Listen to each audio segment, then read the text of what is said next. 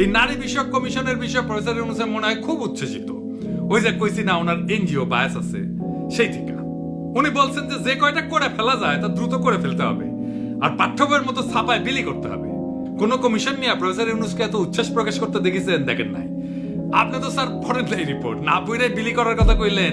এটা ছাপায় বিলি করতে গেলে আপনার সরকারের লোকেরা মাঠটা ভুট্টা হয়ে যাবে, আগে সাবধান করে দিলাম।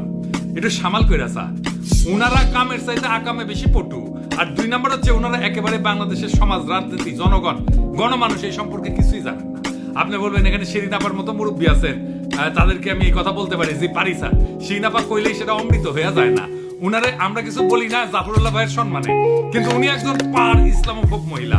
আর এই কমিশনে যারা আছেন তাদের বেশিরভাগই তাই। উনাদের মিশন হইতেছে নারীর কাঁধে বন্দুক রেখা ইসলাম কোপানির রাজনীতি করা।